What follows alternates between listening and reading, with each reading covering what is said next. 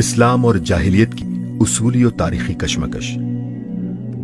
دنیا میں انسان کی زندگی کے لیے جو نظام نامہ بھی بنایا جائے گا، اس کی ابتدا لا محالہ بعد الطبی یا الہیاتی مسائل سے ہوگی۔ زندگی کی کوئی اسکیم بن نہیں سکتی جب تک کہ انسان کے متعلق اور اس کائنات کے متعلق جس میں انسان رہتا ہے واضح اور متعین تصور نہ قائم کر لیا جائے۔ یہ سوال کہ انسان کا برتاؤ یہاں کیا ہونا چاہیے اور کس طرح اسے دنیا میں کام کرنا چاہیے، دراصل اس سوال سے گہرا تعلق رکھتا ہے کہ انسان کیا ہے، اس کائنات میں اس کی حیثیت کیا ہے، اور اس کائنات کا نظام کس ڈھنگ کا ہے جس سے انسان کی زندگی کے ڈھنگ کو ہم آہنگ ہونا چاہیے۔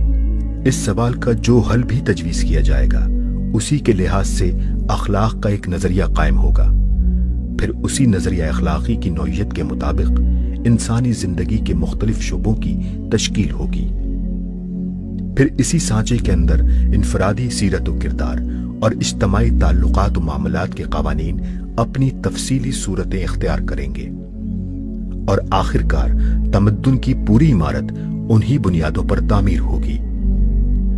دنیا میں اس وقت تک انسانی زندگی کے لیے جتنے مذہب و مسلک بھی بنے ہیں، ان سب کو بہرحال اپنا ایک بنیادی فلسفہ اور ایک اساسی نظریہ اخلاق مرتب کرنا پڑا ہے، اور اصول سے لے کر چھوٹے چھوٹے جزیات تک میں ایک مسلک کو دوسرے مسلک سے جو چیز ممتاز کرتی ہے وہ یہی فلسفہ اور یہی اخلاقی نقطۂ نظر ہے، کیونکہ ہر دستور زندگی کا مزاج اسی چیز کی طبیعت کے مطابق بنتا ہے اور یہ اس کے قالب میں روح کی حیثیت رکھتی ہے۔ زندگی کے چار نظریے۔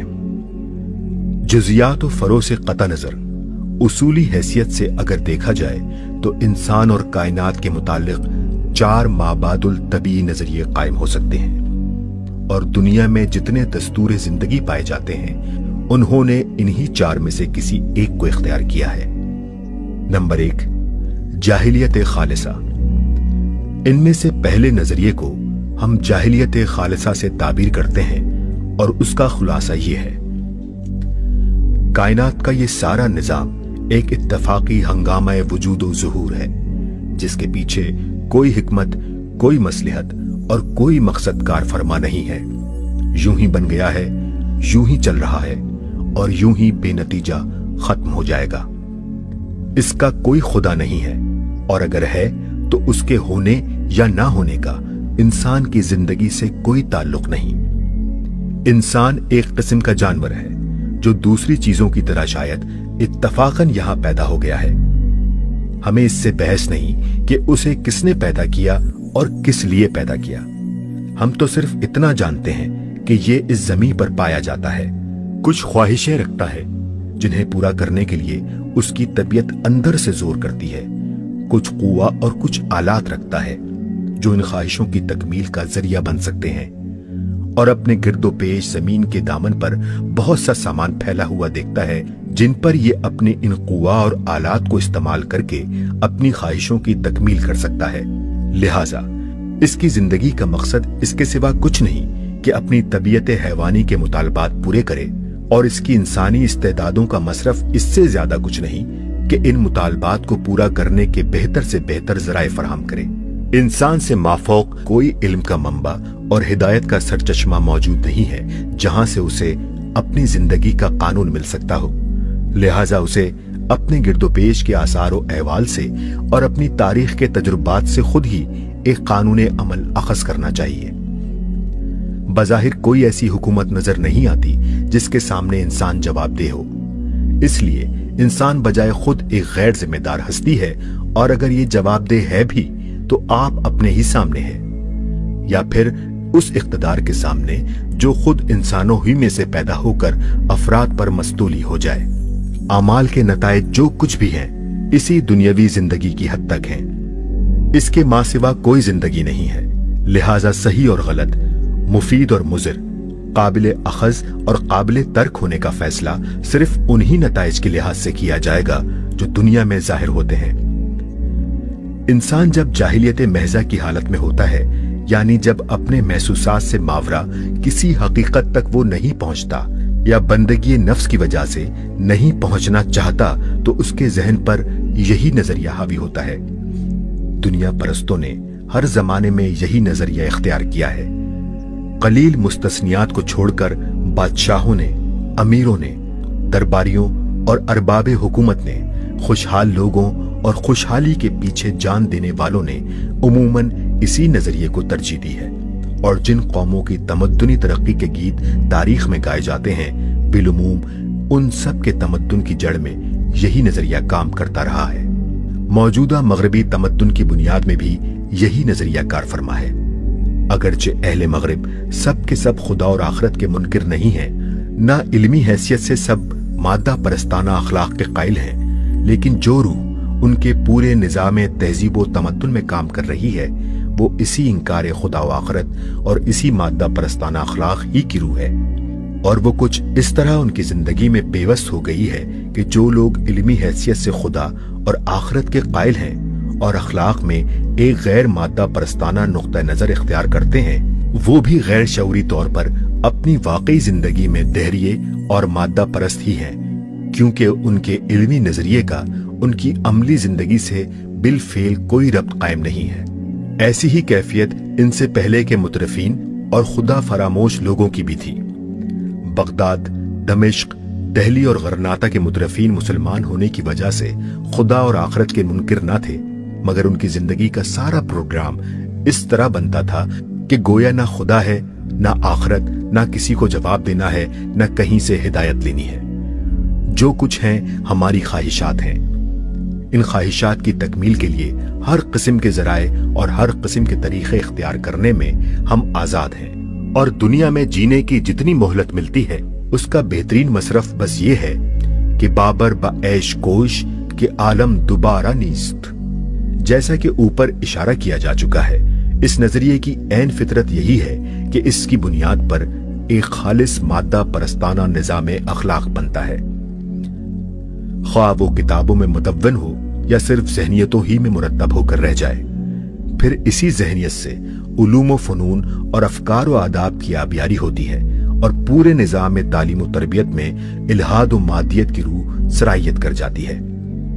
फिर इनफरादी सीरतें इसी सांचे में ढलती हैं। इंसान और इंसान के दरमियान ताल्लुकात व मामलात की तमाम सूरतें इसी नक्शे पर बनती हैं और कवानीन का नशोनुमा इसी ढंग पर होता है। फिर इस तर्ज की सोसाइटी में सतह पर वो लोग उभर आते हैं जो सबसे ज्यादा मक्कार, बददियानत, झूठे, दगाबाज, संगदिल और खबीसुल नफ्स होते हैं। तमाम सोसाइटी की सियादत व क़यादत और मुमलिकत की ज़मामेकार उन्हीं के हाथ में होती है और वो शुतुर बेमुहार की तरह हर हिसाब से बेखौफ और हर मुवाक़से से बेपरवाह होकर खल्क़े खुदा पर टूट पड़ते हैं। मिकावली के उसूल सियासत पर उनकी सारी हिकमत अमली मबनी होती है। उनकी किताब आईन में जोर का नाम हक और बेजोरी का नाम बातिल होता है। जहां कोई मादी रुकावट हायल नहीं होती, वहां कोई चीज उन्हें जुल्म से नहीं रोक सकती। ये जुल्म मुमलिकत के दायरे में ये शक्ल इख्तियार करता है कि ताकतवर तबके अपनी ही कौम के कमजोर तबकों को खाते और दबाते हैं और मुमलिकत के बाहर उसका इजहार कौम परस्ती, इंपीरियलिज्म और मुल्क गिरी व अक़वाम कशी की सूरत में होता है।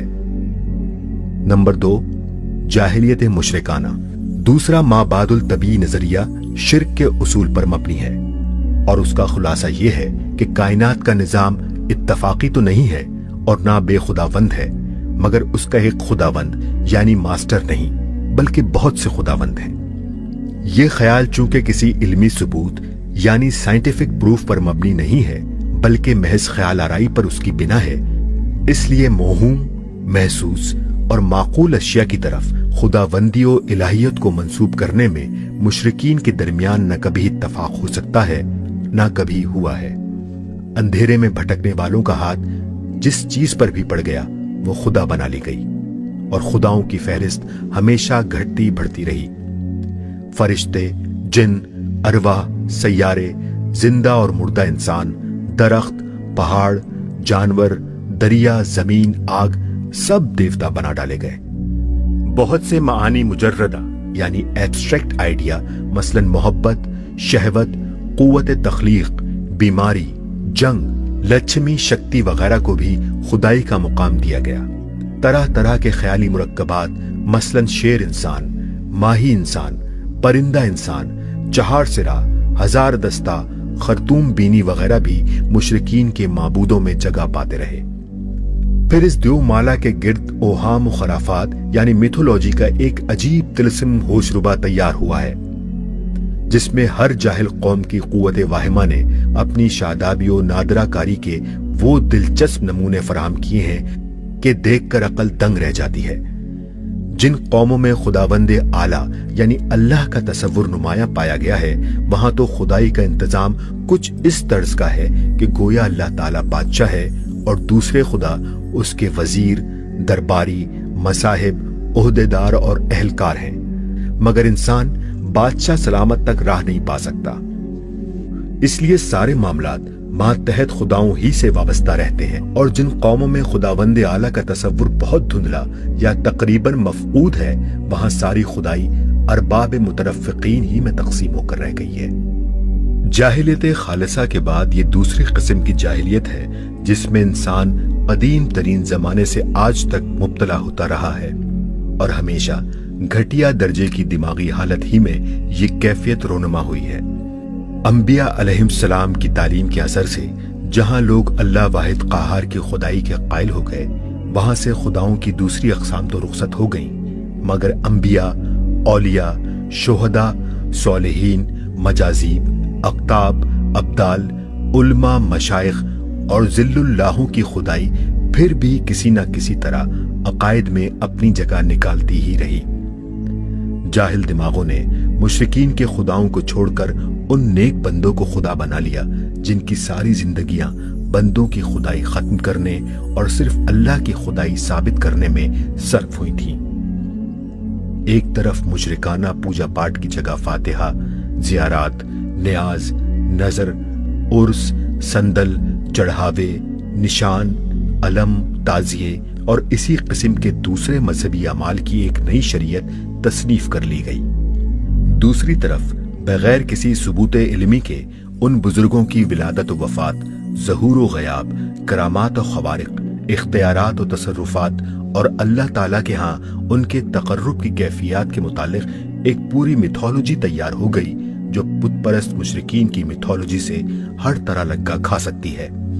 तीसरी तरफ तवस्सुल और इस्तिमदाद रूहानी और इक्तिसाब फैज वगैरह नामों के खुशनुमा पर्दों में वो सब मामलात जो अल्लाह और बंदों के दरमियान होते हैं उन बुजुर्गों से मुताल्लिक हो गए, और अमलन वही हालत कायम हो गई जो अल्लाह के मानने वाले उन मुशरिकीन के यहाँ है जिनके नजदीक बादशाह आलम इंसान की रसाई से बहुत दूर है और इंसान की जिंदगी से ताल्लुक रखने वाले तमाम उमूर नीचे के अहलकारों ही से वाबस्ता हैं।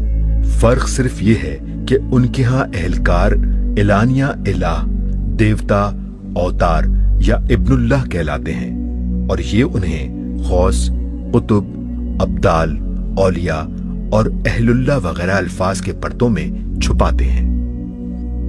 ये दूसरी किस्म की जाहिलियत तारीख के दौरान में अमूमन पहली किस्म की जाहिलियत यानी जाहिलियत खालिसा के साथ ताउन करती रही है। कदीम जमाने में बाबिल, मिस्र, हिंदुस्तान, ईरान, यूनान, रोम वगैरह ममालिक के तमद्दुन में ये दोनों जाहिलियतें हम आगोश थीं, और मौजूदा जमाने में जापान के तमद्दुन का भी यही हाल है। इस मुवाफकत के मुतअद्दिद असबाब हैं जिनमें से चंद की तरफ मैं इशारा करूंगा। अव्वलन, मुशरिकाना जाहिलियत में आदमी का कोई ताल्लुक अपने माबूदों के साथ इसके सिवा नहीं होता कि ये अपने ख्याल में उन्हें साहिब इख्तियार और नाफे जार समझ लेता है और मुख्तलिफ मरासिम उबूदियत के जरिए से अपने दुनियावी मकासद में उनकी मेहरबानी और एआनत हासिल करने की कोशिश करता है। बाकी रहा ये अम्र कि वहां से उसे किसी किस्म की अखलाकी हिदायत या जिंदगी का ज़ाब्ता और कानून मिले तो इसका कोई इम्कान ही नहीं, क्योंकि वहां कोई वाकई में खुदा हो तो हिदायत और कानून भेजे। बस जब ऐसी कोई चीज मौजूद नहीं है तो मुशरिक इंसान लामुहाला खुद ही एक अखलाकी नजरिया बनाता है और खुद ही उस नजरिए की बुनियाद पर एक शरीयत तसनीफ करता है। इस तरह वही जाहिलियत महजा برسر کار آ جاتی ہے۔ یہی وجہ ہے کہ خالص جاہلیت کے تمدن اور مشرکانہ تمدن میں اس کے سوا کوئی فرق نہیں ہوتا کہ ایک جگہ جاہلیت کے ساتھ مندروں، پجاریوں اور عبادات کا سلسلہ ہوتا ہے اور دوسری جگہ نہیں ہوتا۔ اخلاق اور اعمال جیسے یہاں ہوتے ہیں ویسے ہی وہاں بھی ہوتے ہیں۔ یونان قدیم اور بت پرست روم کے اخلاقی مزاج اور موجودہ یورپ کے اخلاقی مزاج میں جو مشابہت پائی جاتی ہے اس کا یہی سبب ہے۔ ثانیاً، علوم و فنون، فلسفہ و ادب اور سیاسیات و معاشیات وغیرہ کے لیے مشرکانہ نظریہ کوئی الگ مستقل بنیاد فراہم نہیں کرتا۔ اس باب میں بھی مشرک انسان جاہلیت محضہ ہی کا رخ اختیار کرتا ہے اور مشرک سوسائٹی کا سارا دماغی نشو و نما اسی ڈھنگ پر ہوتا ہے جس پر خالص جاہلی سوسائٹی میں ہوا کرتا ہے۔ فرق صرف یہ ہے کہ مشرکین کی قوت واہمہ حد سے بڑھی ہوئی ہوتی ہے، اس لیے ان کے افکار میں خیال آرائی کا عنصر بہت زیادہ ہوتا ہے اور ملاحدہ ذرا عملی قسم کے لوگ ہوتے ہیں، اس لیے نرے خیالی فلسفوں سے انہیں کوئی دلچسپی نہیں ہوتی۔ البتہ جب یہ ملاحدہ خدا کے بغیر کائنات کے معمے کو حل کرنے کی کوشش کرتے ہیں تو ان کی استدلالی کھینچتان بھی اتنی ہی غیر معقول ہوتی ہے جتنی مشرکین کی میتھولوجی۔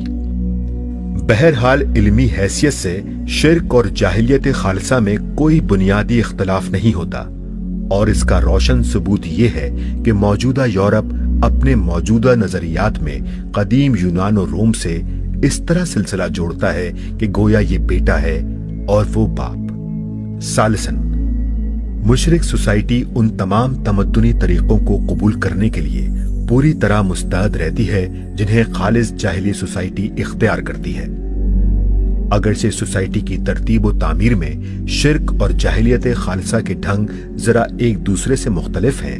شرک کی مملکت میں بادشاہوں کو خدائی کا مقام دیا جاتا ہے، روحانی پیشواؤں اور مذہبی عہدیداروں کا ایک طبقہ مخصوص امتیازات کے ساتھ پیدا ہوتا ہے۔ شاہی خاندان اور مذہبی طبقے مل کر ایک ملی بھگت قائم کرتے ہیں۔ خاندانوں پر خاندانوں کے اور طبقوں پر طبقوں کے تفوق کا ایک مستقل نظریہ وضع کیا جاتا ہے، اور اس طرح جاہل عوام پر مذہب کا جال پھیلا کر ظالمانہ تسلط قائم کر لیا جاتا ہے۔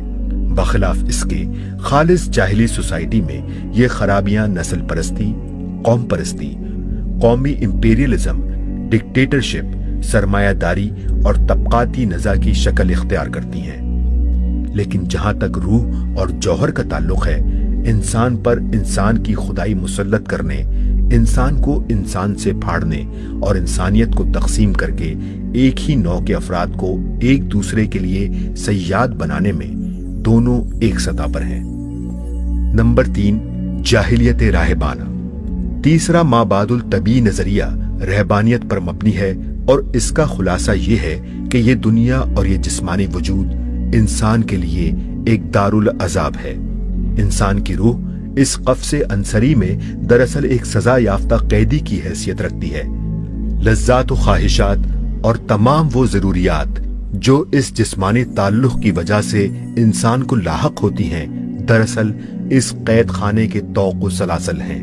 انسان اس دنیا اور اس کی چیزوں سے جتنا تعلق رکھے گا اتنا ہی گندگی سے آلودہ ہوگا اور اسی قدر مزید عذاب کا مستحق بن جائے گا۔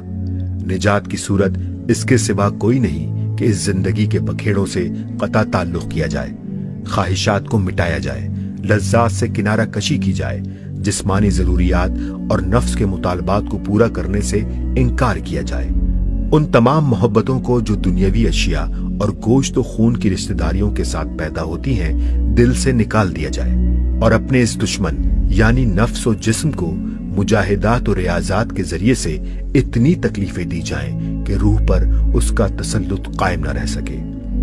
اس طرح روح ہلکی اور پاک صاف ہو جائے گی اور نجات کے بلند مقامات پر اڑنے کی طاقت حاصل کر لے گی۔ یہ نظریہ بجائے خود غیر تمدنی یعنی اینٹی سوشل نظریہ ہے، مگر تمدن پر یہ متعدد طریقوں سے اثر انداز ہوتا ہے۔ اس کی بنیاد پر ایک خاص قسم کا نظام فلسفہ بنتا ہے جس کی مختلف شکلیں ویدانتزم، مانویت، اشراقیت یعنی نیو پلیٹونزم، یوگ، तसव्वुफ, मसीही रहबानियत और बुद्धिज्म वगैरह नामों से मशहूर हैं। इस फलसफे के साथ एक ऐसा निज़ाम अखलाक वजूद में आता है जो बहुत कम इजाबी यानी पॉजिटिव और बहुत ज्यादा बल्कि तमाम तर सल्बी यानी नेगेटिव नौयत का है। ये दोनों चीजें मिलजुल कर लिटरेचर, अकायद, अखलाकियात और अमली जिंदगी में नफूस करती हैं और जहां जहां इनके असरात पहुंचते हैं वहां अफ्यून और कोकेन का काम करते हैं।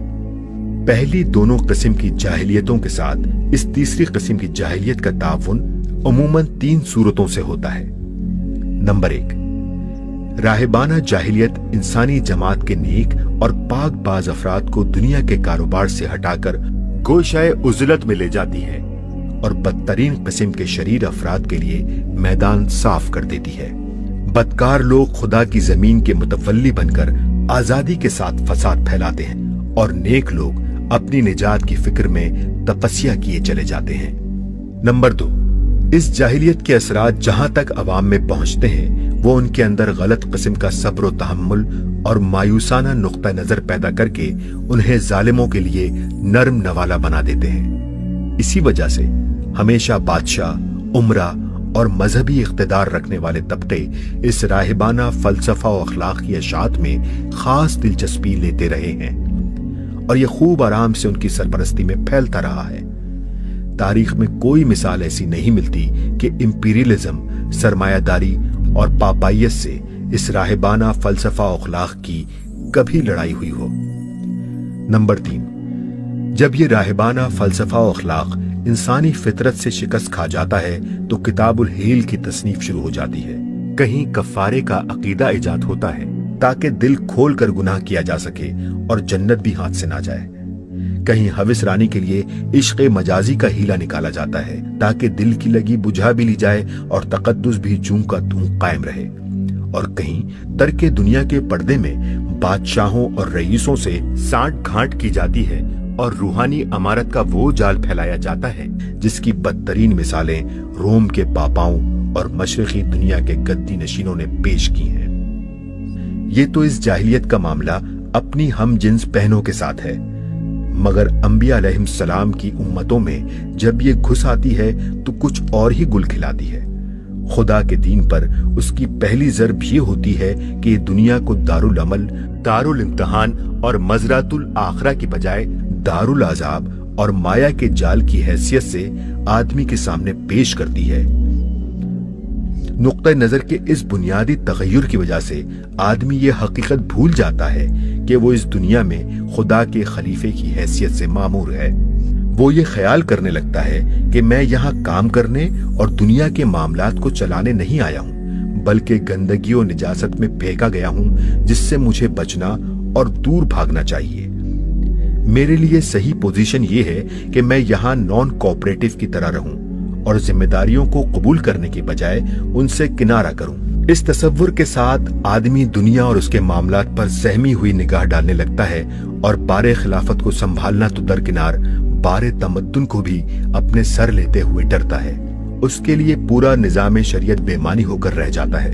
इबादात और अवामिर और नवाही का ये मफहूम बिल्कुल साबित हो जाता है कि ये हयात दुनिया की इस्लाह और फराइज खिलाफत की अंजामदही के लिए तैयार करने वाली चीजें हैं। बरक्स इसके आदमी ये समझने लगता है कि इबादात और चंद खास मजहबी अमाल इस गुनाहे जिंदगी का कफ़ारा है, बस उन्हीं को पूरे इन्हिमाक से ठीक नाप तोल के साथ अंजाम देते रहना चाहिए ताकि आखिरत में निजात हासिल हो।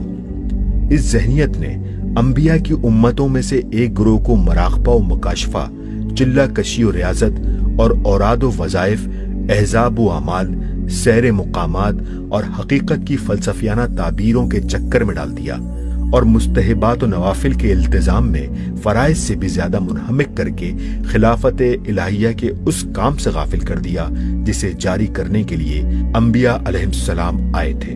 हाशिया।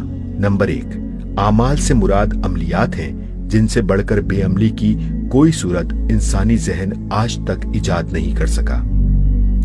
नंबर 2, मकामात अर्जी नहीं बल्कि मुकामात रूहानी। नंबर 3, मसलन वहदतुल वजूद। और दूसरे ग्रोह में तकश्शुफ, तअम्मुक फिद्दीन, गुलू, मुशगाफी, छोटी छोटी चीजों की नापतोल और जुज्जियात के साथ गैर मामूली एहतमाम की बीमारी पैदा कर दी, हत्ता कि उनके लिए खुदा का दीन एक ऐसा नाजुक आपगीना हो गया जो जरा जरा सी बातों से ठेस खाकर पाश पाश हो जाता है।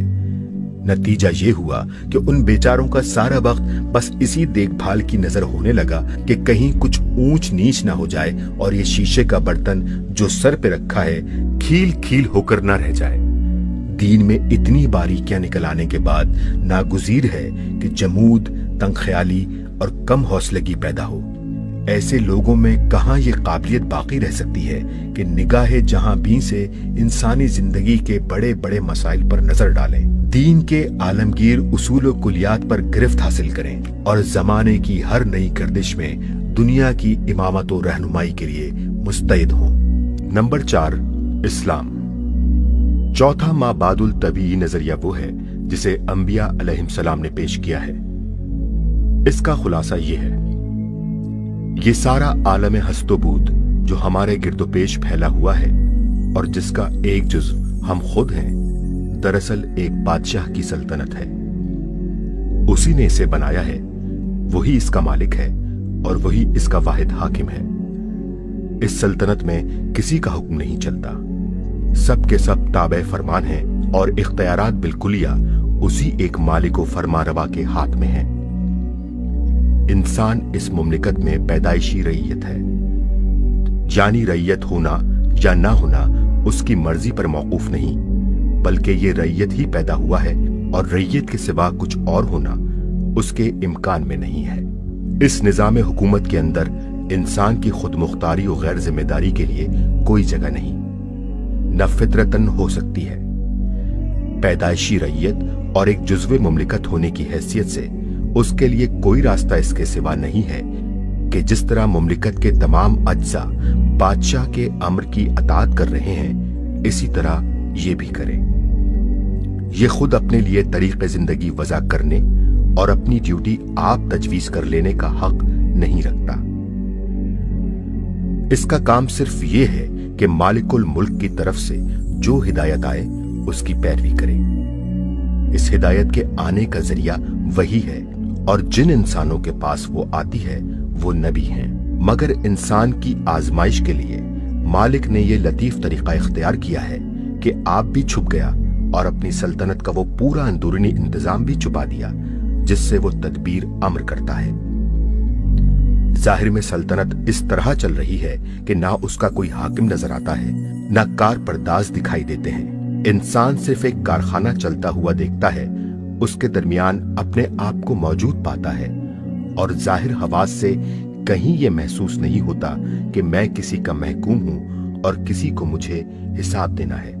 आयानो शहूद में कोई ऐसी निशानी नुमाया नहीं होती कि उस पर फरमा रवाए आलम की हाकमियत और अपनी महकूम व मसूलियत यानी रिस्पॉन्सिबिलिटी का हाल गैर मुश्तबा तौर पर खुल जाए, यहां तक कि माने बगैर चारा न रहे।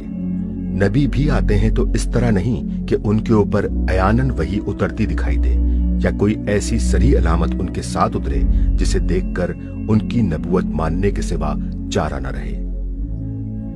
फिर आदमी एक हद के अंदर अपने आप को बिल्कुल मुख्तार पाता है। बगावत करना चाहे तो उसकी कुदरत दे दी जाती है, जराए बहम पहुंचा दिए जाते हैं और बड़ी लंबी ढील दी जाती है, हत्ता कि शरारत व सियान की आखिरी हुदूद को पहुंचने तक कोई रुकावट उसे पेश नहीं आती। मालिक के सिवा दूसरों की बंदगी करना चाहे तो उससे भी जबरदस्ती उसे नहीं रोका जाता। पूरी आजादी दे दी जाती है कि जिस जिसकी बंदगी इबादत अतात करना चाहे। दोनों सूरतों यानी बगावत और बंदगी गैर की सूरतों में रिस्क बराबर मिलता है। सामान्य जिंदगी, वसाइल कार, असबाब ऐश, हस्बे हैसियत खूब दिए जाते हैं और मरते दम तक दिए जाते रहते हैं। कभी ऐसा नहीं होता कि किसी बागी या किसी बंदा गैर से महज इस जुर्म की पादाश में असबाब दुनिया रोक लिए जाएं। ये सारा तर्ज कार्रवाई इसलिए है कि खालिक ने इंसान को अक्ल, तमीज, इस्तदलाल, इरादा व अख्तियार की जो कुव्वतें दी हैं और अपनी बेशुमार मखलूकात पर उसे एक तरह के हाकमाना तसर्रुफ की जो कुदरत बख्शी है, उसमें वो इसकी आजमाइश करना चाहता है। इसी आजमाइश की तकमील के लिए حقیقت پر غیب کا پردہ ڈالا گیا ہے تاکہ انسان کی عقل کا امتحان ہو۔ انتخاب کی آزادی بخشی گئی ہے تاکہ اس امر کا امتحان ہو کہ آدمی حق کو جاننے کے بعد کسی مجبوری کے بغیر خود اپنی رضا و رغبت سے اس کی پیروی کرتا ہے یا خواہشات کی غلامی اختیار کر کے اس سے منہ موڑ جاتا ہے۔ اسباب زندگی کا سرمایہ، وسائل اور کام کا موقع نہ دیا جائے تو اس کی لیاقت و عدم لیاقت کا امتحان نہیں ہو سکتا۔ یہ دنیاوی زندگی چونکہ آزمائش کی مہلت ہے، اس لیے یہاں نہ حساب ہے، نہ جزا، نہ سزا۔ یہاں جو کچھ دیا جاتا ہے وہ کسی عمل نیک کا انعام نہیں بلکہ امتحان کا سامان ہے، اور جو تکالیف، مصائب، شدائد وغیرہ پیش آتے ہیں وہ کسی عمل بد کی سزا نہیں بلکہ زیادہ تر اس قانون طبی کے تحت جس پر اس دنیا کا نظام قائم کیا گیا ہے آپ سے آپ ظاہر ہونے والے نتائج ہیں۔ حاشیہ نمبر 1، اس کا یہ مطلب نہیں ہے کہ اس دنیا میں قانون مکافات سرے سے کار فرما ہے ہی نہیں، بلکہ جو کچھ میں کہنا چاہتا ہوں وہ یہ ہے کہ یہاں کی مکافات دو ٹوک اور حتمی اور سری نہیں ہے، اور اس آزمائش کا عنصر ہر دنیاوی جزا اور سزا پر غالب ہے۔ اس لیے یہاں اعمال کے جو نتائج ظاہر ہوتے ہیں انہیں اخلاقی حسن و قبا کا معیار نہیں ٹھہرایا جا سکتا۔ اعمال کے اصلی حساب، جانچ پڑتال اور فیصلے کا وقت مہلت کی یہ زندگی ختم ہونے کے بعد ہے، اور اسی کا نام آخرت ہے۔ لہذا دنیا میں جو کچھ نتائج ظاہر ہوتے ہیں وہ کسی طریقے یا کسی عمل کے صحیح یا غلط، نیک یا بد، اور قابل اخذ یا قابل ترک ہونے کا معیار نہیں بن سکتے۔ اصلی معیار آخرت کے نتائج ہیں، اور یہ علم کہ آخرت میں کس طریقے اور کس عمل کا نتیجہ اچھا اور کس کا برا ہوگا صرف اس وحی کے ذریعے سے حاصل ہو سکتا ہے جو اللہ تعالیٰ کی طرف سے انبیاء پر نازل ہوئی ہے۔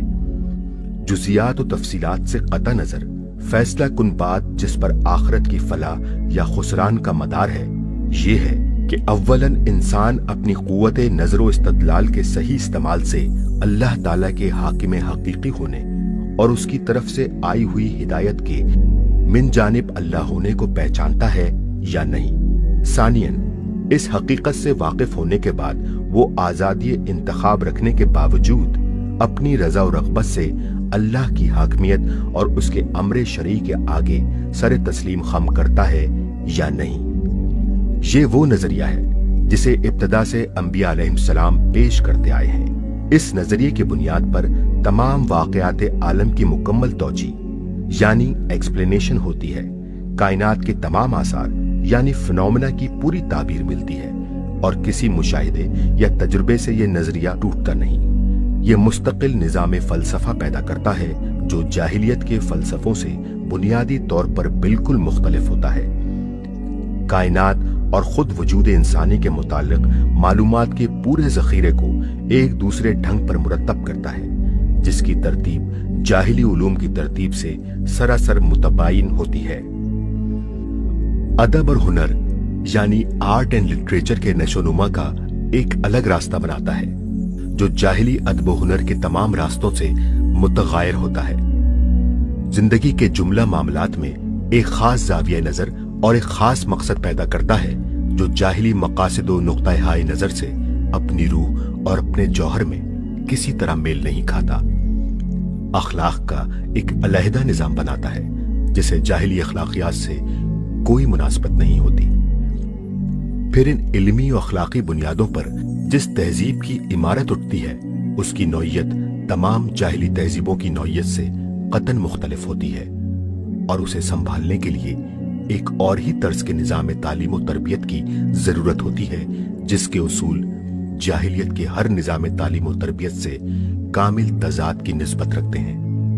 فی الجملہ اس تہذیب کی رگ رگ اور ریشے ریشے میں جو روح کام کرتی ہے وہ اللہ واحد و قہار کی حاکمیت، آخرت کے اعتقاد اور انسان کے محکوم و ذمہ دار ہونے کی روح ہے۔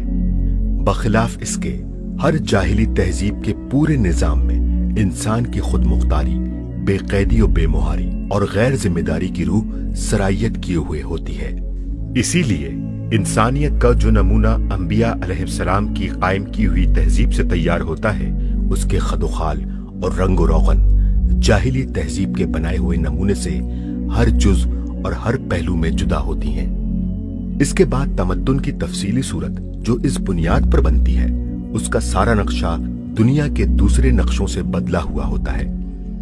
तहारत, लिबास, खुराक, तर्ज जिंदगी, आदाब व अतवार, शख्सी किरदार, कस्ब माश, सरफ दौलत, इज़दवाजी जिंदगी, खानदानी जिंदगी, माशरती रसूम, मजलिसी तरीके, इंसान और इंसान के ताल्लुक की मुख्तलिफ शक्लें, लेन देन के मामलात, दौलत की तकसीम, मुमलिकत का इंतजाम, हुकूमत की तश्कील, अमीर की हैसियत, शूरा का तरीका, सिविल सर्विस की तंजीम, कानून के उसूल, तफसीली जवाबित का उसूल से इस्तंबात, अदालत, पुलिस, एहतसाब, मालगुजारी, फाइनेंस, उमूर नाफे यानी पब्लिक वर्क्स, सनत व तिजारत, खबर रसानी, तालीमात और दूसरे तमाम महकमों की पॉलिसी, फौज की तरबियत व तंजीम, जंगो सुलह के मामलात तक इस तमद्दुन का तौर तरीक अपनी एक मुस्तकिल शान रखता है और हर जुज्व में एक वाज़े खते इम्तियाज उसे दूसरे तमद्दुनों से अलग करता है।